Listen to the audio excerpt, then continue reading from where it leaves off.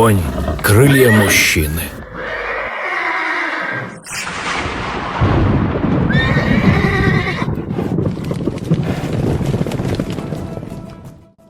Этот краткий фильм о знаменитой на весь мир и древнейшей на территории Кавказа и России карачаевской породе лошадей.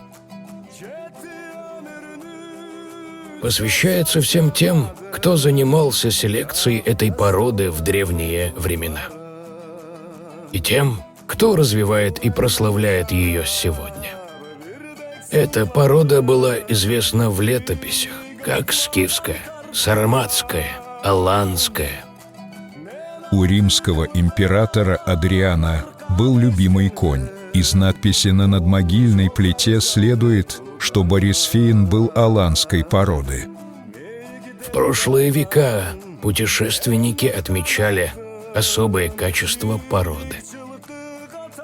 Карачаевцы разводят лошадей прекрасной породы. Среди них есть такие, которые в Европе стоили бы до 2000 франков. Шарль де Бес, венгерский ученый, этнограф, 19 век. Лошадей карачаевской породы охотно покупали для казачьих войск. В годы гражданской войны был нанесен огромный урон поголовью. Из 33 700 лошадей уцелело чуть больше 11 900. Но карачаевцы в те трудные времена сумели в кратчайшие сроки восстановить поголовье. К тому же, по приказу маршала Семена Буденного, который высоко оценил непревзойденное качество этой породы, в 1930 году в Малом Карачае был построен конный завод. В 1943 году карачаевцы были незаконно, преступно выселены из родных мест в Среднюю Азию и Казахстан. Переименовывали все, вплоть до породы лошадей. И чтобы имени этого народа не осталось нигде. После возвращения на родину карачаевцы пытались вернуть имя породы. И только через 30 лет это им удалось.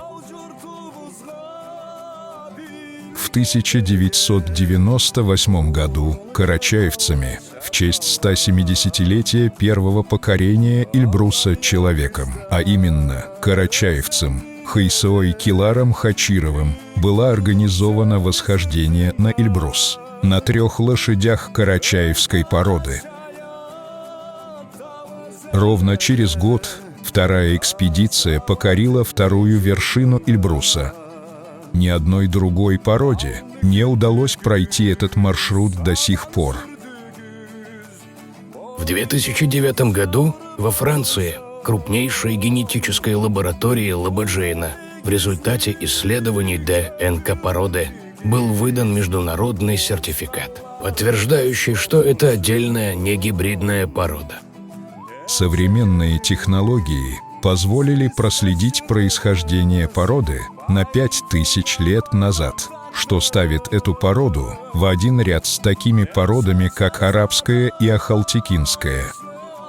В 2019 году группа карачаевцев, балкарцев, вновь покорила Эльбрус. Естественно, на лошадях карачаевской породы. Карачаевская порода ежегодно оправдывает великую честь представлять Кавказ на международной конной выставке «Эквирос» в Москве.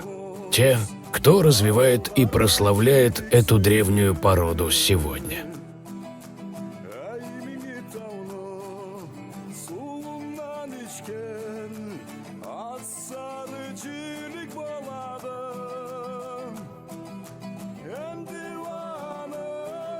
Конь — крылья мужчины.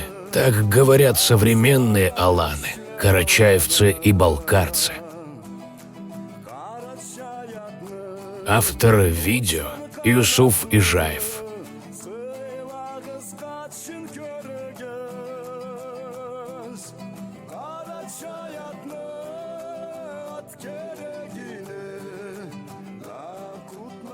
Златі